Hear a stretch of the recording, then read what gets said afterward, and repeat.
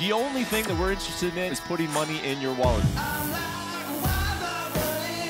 If you want to bet the fights, if you want to have a little bit of action, you are in the right place. With my partner, Ian Parker, I am Brett Okamoto. We're ready to rock between our parlays, our props, our straight picks. It's time to make money. Let's go.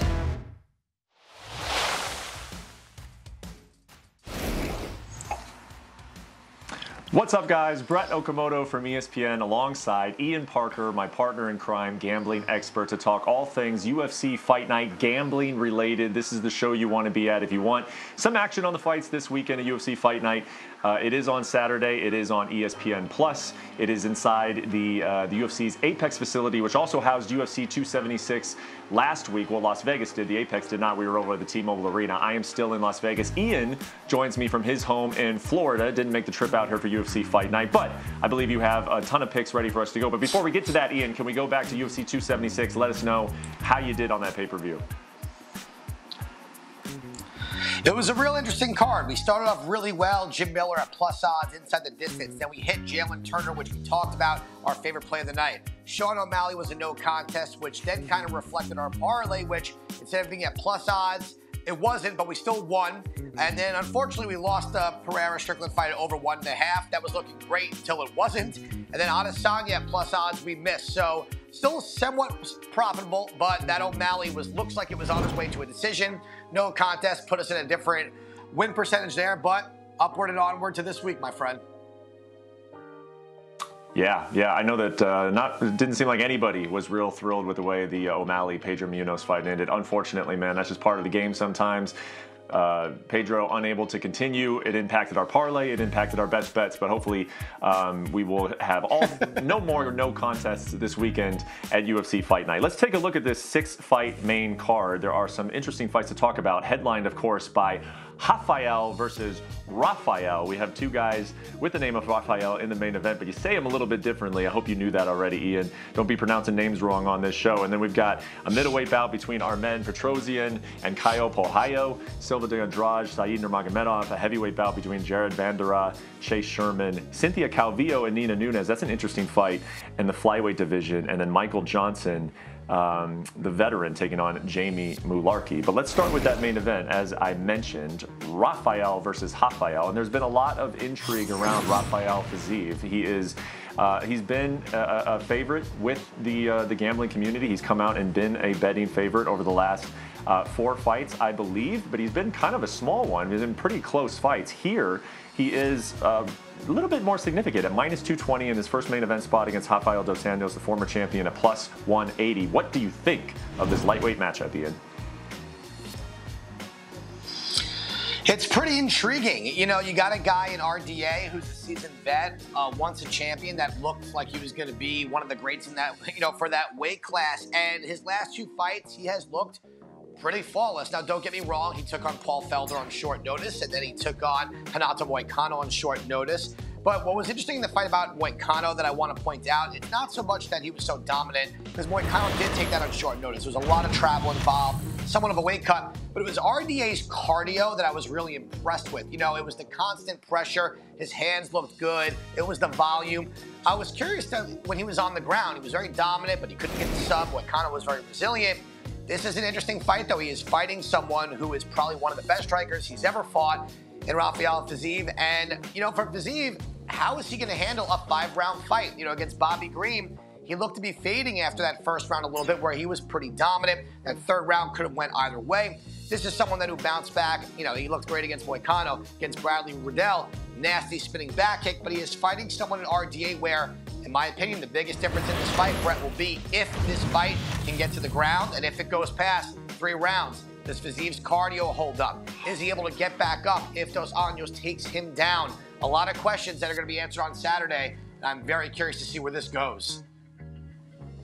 Absolutely, man. I mean, you really read my mind. I was going to be asking about the 5 rounds. And before we get to your pick, just one follow-up with you there. I am curious about this because, we were supposed to see this fight earlier in the year, and then Fiziev, we were supposed to see it multiple times, but the last time it fell apart was because Fiziev had COVID. And actually, Fiziev was less of a favorite back then than he is now. And really, we haven't seen anything happen except for RDA win a fight against Renato Moicano. And again, because it's a 5-round fight, it went from being a 3-round fight at the pay-per-view to now a 5-round fight. For the odds to then keep going in Fiziev's favor made absolutely no sense to me. Can you just talk about what you've seen in terms of the way this line has moved? I don't really get it either. You know, for me, maybe they're saying RDA couldn't finish Renato Moicano, so why should he be able to finish someone who is training for a 5-round fight, who should be the better striker? That's my only guess. Otherwise, if anything, I thought the line was going to kind of go the other way because we saw a different RDA that we've seen in a really long time. Someone on the winning side of things, someone who's going back to the well where he is at his best, and that's his Brazilian Jiu-Jitsu. You know, he is one of the more well-rounded fighters, I also truly believe, but age could be a factor. You know, at some point, Father Time catches up with all of us, and I'm curious if it's this time because he's fighting such a dangerous striker in Rafael Fiziev. Yeah, I don't get the line movement. I mean, of course, I get why Fiziev is the favorite. He's the up-and-coming guy. You do mention the age. But to see him now in a 5-round fight and that line actually moving, continuing to move in his favor, is a little puzzling to me. So let's get to your pick, man. Are you? It sounds like you're in agreement with me on the movement of the line, but are we still taking Fiziev just because he's that good, because we are that high on him, or is this a chance to get some value on the former champ in RDA? You know what? I truly believe that RDA is a live dog here. I'm not going to take either side, you know, because for me, there's too many questions unanswered. The 5-round gas tank of Fiziev. Can RDA get this fight to the floor? Because if this becomes a 5-round kickboxing fight, I think you may see a very similar fight to the Bobby Green one with Fiziev. So for that reason, I'm going over 4.5 rounds here. I do believe that RDA is durable for now. You know, a lot of people are until they meet Fiziev. And I think with Fiziev, he's been working with guys like Evlov who, you know, with the takedown defense, and you saw his takedown defense is pretty good, but has he fought someone like RDA yet? I don't know. Probably not. So I'm going to take a shot here at the over. I do think this fight will go to a decision unless RDA gets knocked out by something crazy, although I think he's seen it all. And unless he can get this fight to the floor and submit Fiziev, I actually think we're going all 5 rounds here. Yeah, that's interesting, man. And I think people who are thinking about taking RDA, if they see your pick at over, that probably makes them a little more confident, because I agree that I like RDA in the later rounds. If it goes into the 4th, it goes into the 5th, I do think that favors Rafael Dos Anjos. Let's go to the co-main event, 185 pounds. Caio Borralho taking on Arman Petrosyan. Arman Petrosyan representing Armenia there in the octagon. And both of these guys are off the Contender Series. Borralho actually fought off the Contender Series twice. He is 1-0 in the UFC. He comes in, Borralho does, as the favorite, minus 220. What do you think of this middleweight matchup, Ian? You know what? I like this fight a lot. Usually you don't see guys like this fight each other after each one getting a win so early in their UFC career. But Borralho, for me, is a very interesting prospect. You know, we saw the Contender Series. He won, had to come back and earn it again. You know, but this is a guy, what is he, a black belt judo, black belt Brazilian Jiu-Jitsu. He's just so well-rounded, and he's exciting. This is a prospect that people are really high on. He kind of can do it everywhere. We now have seen the submission skills. He kind of made it look, you know, relatively easy at some times. And in his last fight, that fight IQ was very smart, kept himself out of trouble. And then you got a guy in Arman Petrosyan who fought Gregor Rodriguez, very tough fight. Fight could have went either way, but his striking, very solid. You know, this is an interesting one because he's got to worry about the takedowns, the throws, and the ground game of Borralho. So for me, I'm actually going over 1.5 here. With Borralho, his last 4 wins are all by decision. Petrosyan's tough. He's good defensively, good striking. I see this fight actually as well going 3 rounds, so I'm going over 1.5 in this co-main event.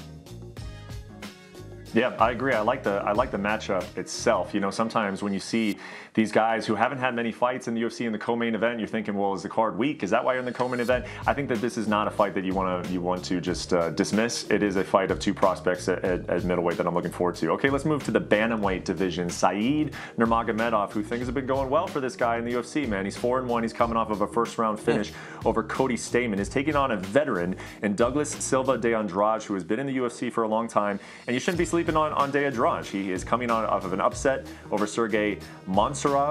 He's also got a victory over Chito Vera back in 2018 that you don't want to overlook. Maybe he is being overlooked here at plus 270. Is that line too high, or do you like Nurmagomedov to get it done at minus 340? That's kind of high line for me, Ian. Yeah, minus 340 is a little high to do a straight play here. So, you know what? I think Nurmagomedov, if he's going to get it done, it's going to be inside the distance with the Andrade. You know, look, well, let's go back to Nurmagomedov for a second. He just has not really shown a whole lot of flaws since. I think he learned it a lot when he fought Barcelos. That was the first time someone really gave him trouble in that fight. He wasn't able to really get it started. He took a break, he came back, and since then, he's been an absolute wrecking machine. The striking and the ground game, he's just looked fantastic imposing as well. Now, fighting someone in Andrade, he is a tough customer, veteran, as you spoke about, Brett. That last fight against Morozov, look, he actually got dropped and dominated in round one. I think Morozov punched his way to losing that gas tank, and Andrade came back and got the submission. However, in 2 of his last 3 losses, he lost by finish. I think if he gets dropped by Nurmagomedov early, he will not be able to recover. Nurmagomedov is too good. He'll reach and grab a neck. He'll be able to finish on the ground. So for me, I'm going Nurmagomedov inside the distance here. I just think we have someone, another Nurmagomedov who's very special, who will be able to get it done. All right, yep, and if he gets a finish there and moves to 5-1 in the UFC, we might be seeing Said Nurmagomedov take on, I don't know if one of those top names at 135, but he's going to be moving up his way up the rankings. Eventually, he's going to get himself a big fight. Let's move to the heavyweight division, Ian, and I just got to be honest, man, I don't know why this is on the main card. Jared Bandera is 1-4 in the UFC. Chase Sherman has lost his last 4. He'd been dropped by the UFC before. This is his second run in the UFC, and it is not going any better than the first. I don't mean to discredit these guys, but I don't know about this as a main card fight. I think there's maybe some prelims, some tough guys that we've seen off of The Ultimate Fighter that maybe would have I would have liked to see them more in this spot. How do you bet this, man? When you got 2 guys who are really struggling, maybe in a sense, Ian, it gives you some level of comfort knowing that you should get the best effort from both of these guys, but I don't know how you bet a fight like this when you got 2 guys who are just really cannot get it done as of late in the octagon. Brett, tell us how you really feel about this fight, bro. Look, I will tell you, this fight, you're right. Main card, it's a tough one for me as well. But with Bandera, you know, look, against Alexei Olnik, he was winning until he realized, oh my God, I'm on the ground with Alexei Olnik. This is probably a really bad decision. And when he finally understood it was a bad decision, he was done. Otherwise, he looked great. Against Andrei Arlovski, he lost the decision. So, you know, this is somebody who I think has potential, and if ever to get a win in the UFC, it's going to be against a guy in Chase Sherman. Sherman's striking is just not what it once was. He would come forward a lot of volume. His chin's just not there. And look, maybe the UFC saw that video of Bandera asking Alexei Olnik how to do that Ezekiel choke, and maybe he's going to shoot for it, try it, and hit that plus $3,000, you know, submission prop. So for me, I just think Bandera is better everywhere. I think he saw that when Chase Sherman's put on his back, he's like a fish out of water. So for me, I would go Bandera here if you have to bet this fight. If you have to bet this fight, which, guys, you don't have to bet this fight. And I don't mean to be mean to our guys Bandera and Sherman, but come on, we got Ricky Turcios on the card. We got Tresean Gore. I thought that maybe, again, we could have seen something different on the main card. Yeah. But, you know, I don't criticize UFC matchmakers or their decisions too often. They put on great cards every weekend. This fight, you don't got to bet on it, but a slight lean there by Ian Parker on that heavyweight fight. Let's go to the flyweight division. Cynthia Calvillo versus Nina Nunes. An interesting fight, man. Both of these ladies are ranked. Nina Nunes, 36 years old. Calvillo, 34. Number 11 versus number 7. But 2 women who do need to win. They both do need to win in this 125-pound division if they want to stay there in the rankings and then move up and potentially get into title contention at some point. Calvillo, not surprising to me here, minus 150. It's close, though. These are not long odds. This is a competitive fight as far as Vegas sees. Do you see it as competitive, and who wins it? You know what? I actually am a little surprised that Cynthia Calvillo is a favorite at all here. 3 losses in a row, has just not looked like herself. You know, she's almost confused on what type of fighter she is. Once a wrestler that used the striking to set it up, then kind of fell in love with the striking after getting a decision win against a fellow striker. And she just has not shown that same intensity, that heart, that will to win that we once saw. Now, Nina Nunes came back after a long layoff, having a baby, and she fought Mackenzie Dern, lost to her by armbar. But let's be realistic, most people do lose to Mackenzie Dern and by submission. I kind of like Nina Nunes here at the underdog odds. There's just nothing about Cynthia Calvillo that has shown me confidence in betting on her. And let's be honest, Nina's married to Amanda. They're both training for their fights. I have to imagine Nina is not going to really be threatened by an armbar by Calvillo. And with Calvillo, if you keep her standing, I think Nina Nunes is the better striker. So I'm going to go with the underdog here in Nina Nunes. Yeah, you make a good point. I think stylistically, you know, in my mind, I can just see Calvillo getting into these fights into the positions that she wants to. But you're right, something has looked off on her lately. Whether that is some type of motivation, whether that's something in her preparation, she has the skill set, I think, to be a favorite against Nina Nunes. But you make an astute point here that just something has not looked right in her most recent performances. Okay, let's move to the 155-pound division. You got Michael Johnson taking on Jamie Malarkey, and I want to give MJ his due, man. This is his 12th year in the UFC. That is not easy to do. He's always made at least one appearance every single calendar year. The guy is he's been a rock at 155 pounds, a little bit of highs, a little bit of lows, taking on Jamie Malarkey, who in his last fight was a Jalen Turner victim. But a lot of people have been Jalen Turner victims. I got to give a shout out to Jalen Turner. I know he's your boy, Ian, and you have very, very high hopes for him. But prior to that loss to Jalen Turner, he had won a fight against Devontae Smith. He had beaten Kama Worthy. Those are two quality wins. He comes in as the minus 240 favorite here. Is that too much against a veteran in Michael Johnson, or do we like Jamie Malarkey's promise in this lightweight division? You know, I think Malarkey is a talented fighter. Yeah, he ran into our betting favorite, Jalen Turner, but this is a guy who's very tough. He's good everywhere. Good cardio. You know, listen, losing to Jalen Turner does not mean that your career goes off the rails here. You just got to bounce back. The Devontae Smith fight that you mentioned, he was losing in round one. He came back, weathered the storm, and he got the finish. You know, but for someone in Malarkey, he is fighting someone in Michael Johnson that I'm glad you gave MJ credit. He deserves it. You know, getting that win over Alon Patrick, we loved him there. Johnson's only been knocked out twice in his career. It's Justin Gaethje and Josh Emmett, two pretty powerful guys, you know, striking-wise. So for me, I'm actually going to go over 1.5 here. When we've seen Michael Johnson in the first round, he seems very measured, poised, and Malarkey may try and put him on his back here, which Johnson is defensively sound. He's also a good wrestler.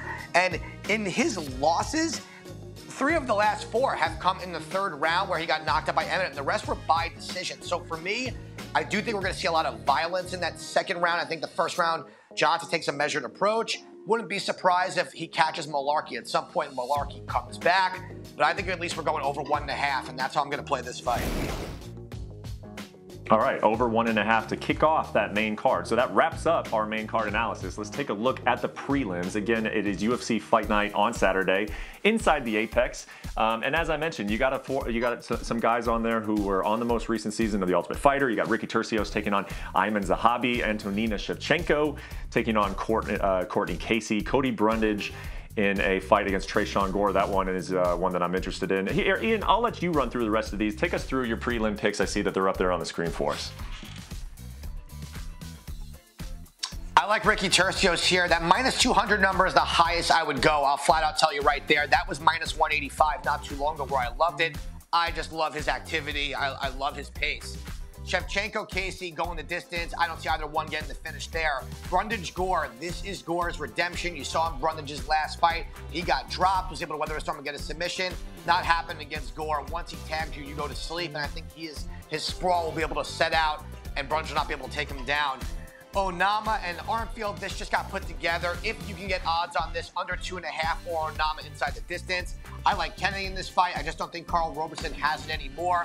Kennedy just has to stay away from whatever Robeson may throw in that first round. And I really love Ronnie Lawrence in that last fight. I think he's a special prospect in the division. All right, a little love for Ronnie Lawrence and the curtain jerker here on Saturday. Let's take a real quick closer look at that featured main event. You mentioned Ricky Turcios. I'm going to have forever a soft spot for Ricky Turcios. He gave me a hug one time during a post-fight interview at his UFC debut. So tell me a little bit more about Ricky Turcios and why you like him. You said you like him, but this is as high as he would go. Talk about why you like him in this fight. You know, the reason why I say it's as high as I would go is because, you know, he hasn't fought too often in the UFC. So it's hard to trust a guy at 2-to-1 odds against someone who has more experience, especially the guy in Zahabi who had that win over Rodriguez. He got that knockout, you know, gets it under his belt because he had a few losses. Turcios, though, to me, is just this fireball of energy. You know, anyone who sets that type of pace and who has a chin on them like that is always dangerous. Even off his back, he's extremely active. He's always looking for a submission or to stand up. And I just don't see where Zahabi is better anywhere. I don't think he'll be able to handle the pressure. And that's why I like Ricky Turcios here. I think he's a guy that may cause some people some problems in the division. As his career progresses, he may have to calm down a little bit and be a little bit more poised. But for now, that energy is what's going to get him the win in this fight. I like it. Great stuff as always, man. Great analysis. Let's get to the best part of the show, and that is the parlay, which we did hit last week. Officially, we did hit the parlay, but it took a little bit of steam off because of the Sean O'Malley no contest. Where are we going for the parlay this weekend, Ian? Look, Onama at minus 675, that may give us a little bit of value, and I just got to get Onama somewhere, some value somehow. And this is the only thing that's being offered right now on books. So we're going to put him as the first leg. I like Nurmagomedov here. We talked about earlier inside the distance here. He just got to get it done. Morayo, I like him to beat Petrosian. You know what? I think he's just a more well-rounded fighter. I think he'll get that one by decision. And I like the main event. And Brett, you may like this one. Don't worry about 4.5. Don't worry about decision. Just to start round 3, and we're getting plus 175 on this parlay. So let's make it 2 weeks in a row. I did notice that, man. When you can find a prop like that to say, hey, you know what, maybe with Fiziev's power or with RDA's finishing ability on the ground, we haven't seen Fiziev on the ground too much. Let's go ahead and knock that back just a little bit because we are putting it on the parlay. So we'd rather get it hit and take a little bit of a knock on the odds rather than take a shot at 4.5. I do like that move on the parlay. Okay, Ian, you've gone through your parlay. Let's hear your best bets for Saturday. What do you got? All right, we're going to start Ronnie Lawrence here. Look, his last fight, he was absolutely dominating. He did get caught in the 3rd round. He got a little reckless. I think as long as he pulls back on that towards the end of the fight, this is someone who's just very good everywhere. He likes to finish, good cardio, defensively sound, minus the 1-up kick. I like him here. He's got to just stay away from the submission game of his opponent, and I think he will. Give me Lawrence. Gore, I just see him finishing this fight early. I don't love the lack of output in his last fight, but that you can learn from. He's still young in his career. Brundage does not do well when you put pressure on him and you hit him. I like Gore to get it done. Ricky Turcios, I mentioned this early in the show, Brett. He was minus 185 when I sent our picks in to our producer, and now that he's at minus 200, this is as far as I am going here. He even opened up at minus 170, so either someone's tapping our phones, I'm just kidding. People obviously see what I see in Turcios in this matchup. Loved it at minus 170. I like it at minus 200. So we're going to stick with Turcios. And then the main event, we're going to go over 4.5 rounds. I think the durability of RDA is what gets us to the full 5 rounds. Curious to see if we can get this fight to the floor. Should be a real interesting main event, and that's going to do everything for the best bets. Well, don't lie to us, Ian. I think the reason the line moved is Drake finally texting you for your picks, and when you give those out, then he's going making $1 million on the over, and that juices up the line, man. Stop giving Drake those early picks. At least give them to our viewers first before you give them to Drake. Come on. Yeah, he hit me on that main line, right? That's what he did. Listen, I didn't tell him to do Adesanya with $1 million, supposed to win 50,000, but hey, Drake seems to know what he's doing sometimes. Well, I like it, man. You were on the same page. I mentioned that Turcios, Gore, I might like to see them on the main card where you pick them both in your best bets. So we will see how it works out for those guys. We'll see how it works out for the parlay, the best bets, everything that Ian gave out. Thank you for tuning in and watching it all. We hope that it helps you out this weekend, makes the fights more interesting, puts a little money in your pockets, and we will be back next week. It's a big card next week, UFC ABC in Long Island. We will be talking about all of the picks, as always, right back here on this YouTube channel. So come back and check us out, and we will see you next week. Enjoy.